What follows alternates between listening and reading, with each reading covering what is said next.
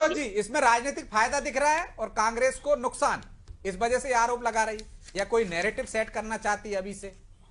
देखिए, निश्चित तौर पर विजय जी नैरेटिव सेट करने का सवाल है, क्योंकि जब इंदिरा गांधी ने आपातकाल के दौरान 1976 में ये फ्रीज किया था 25 साल के लिए, जबकि इसी जिस संविधान को खतरे में बताकर राहुल गांधी एक किताब संसद में या देश भर में लहराते फिरे थे ऐसे हाथ में लेकर, उसी के अनुच्छेद 82 में लिखा गया है कि आपको हर बार जनगणना के बाद डिलिमिटेशन करना है।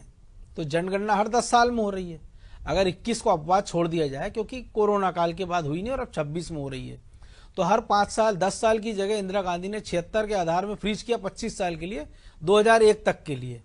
तो ये क्या कांग्रेस ने संविधान का पालन किया? और उसी संविधान के अनुच्छेद 8 ये कहता है 81 कि निर्वाचन क्षेत्रों का आवंटन जनसंख्या के अनुपात में होना चाहिए। तो उसी संविधान को, जिसके लिए कल सबने संविधान निर्माता बाबा साहेब अम्बेडकर को गुणगान किया है, उन्हीं ने इस संविधान में लिखा। तो ये उनके साथ अन्याय नहीं हुआ? बिल्कुल, जनसंख्या नियंत्रण मैं वही कह रहा हूं। अब दूसरा एक उसका तथ्य, जो उत्तर दक्षिण की बात हो रही है, तो आप देखिए कि दक्षिण भारत में, चलिए उत्तर भारत में उत्तराखंड हो, झारखंड हो, छत्तीसगढ़ हो, कि अटल जी ने बनवाया। आंध्र प्रदेश का विभाजन कांग्रेस ने क्यों कराया था? कि भाई छोटा राज्य होगा, प्रशासन में सुगमता होगी। तो कांग्रेस को उन सबको मर्ज कर देना चाहिए कि भैया कर्नाटक, तमिलनाडु, तेलंगाना और केरल सब एक राज्य बना दो, आप झंझट खत्म हो जाएगा।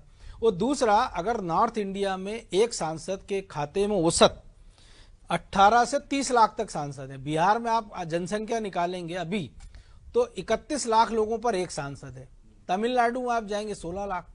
तो आप उस 31 लाख लोगों के साथ अन्याय नहीं कर रहे हैं क्या? एक 31 लाख की आबादी में एक सांसद अगर तो रोज भी घूमेगा, सांसद निधि बढ़ा दीजिए। नहीं, निधि बढ़ा देंगे, लेकिन मान लीजिए वो मिलेगा कैसे लोगों से? लोगों की जो समस्या है, सांसद निधि आप बढ़ा देंगे तो फिर आप लोगों का आरोप कि भैया आप दक्षिण भारत से अन्याय कर रहे हैं, उत्तर भारत को आप सपोर्ट कर रहे हैं।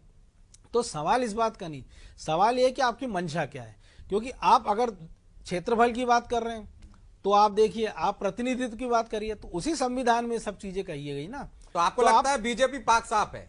वो 2011 की जनगणना का उल्लेख कर रही है, इंतजार कर लेती जो जनगणना और उसके आधार पर हो जाता। अब उसमें टेक्निकल चीज है ना ब्रिजेश जी। देखिए, अब 26 से जनगणना शुरू होगी, जैसे 1 मई से मध्य प्रदेश में शुरू होगी।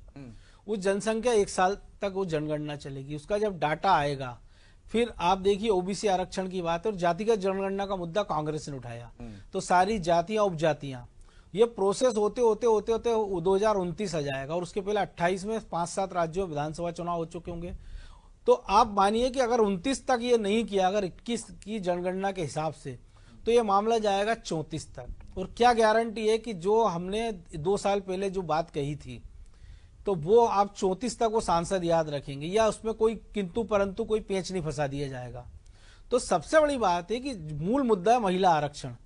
महिलाओं की संसद में आबादी आप बताइए 15% से भी कम है।